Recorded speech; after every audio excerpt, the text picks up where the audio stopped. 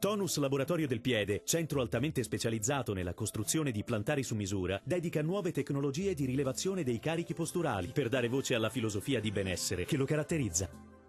Ben ritrovati al meteo. La giornata di Natale trascorrerà all'insegna di un tempo in genere buono, ma vediamo il dettaglio. Sul Veneto la presenza dell'alta pressione garantirà un tempo per lo più stabile, tuttavia saranno presenti nubi basse, foschie e nebbie, specie sulle pianure centro-meridionali e sulle vallate alpine. Non mancheranno ampie schiarite soleggiate altrove. Temperature minime tra -2 e 2 gradi. Valori massimi compresi invece tra 4 e 6 gradi.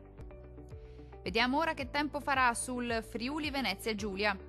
Poche novità, la situazione non cambia di molto, anche sulla nostra regione infatti saranno possibili delle foschie o delle nebbie al mattino sulle vallate alpine. Cielo a tratti coperto invece sui settori costieri, più soleggiato a partire dal pomeriggio. Temperature minime tra lo 0 e 1 grado. Valori massimi oscillanti invece tra 5 e 9 gradi.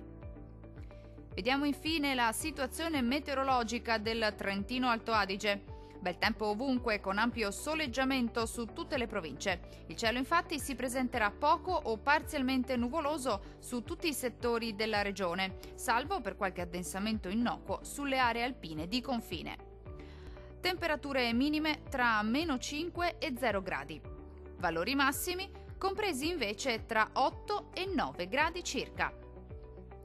Il meteo di Antenna 3 termina qui. A tutti voi i più cari auguri di buone feste.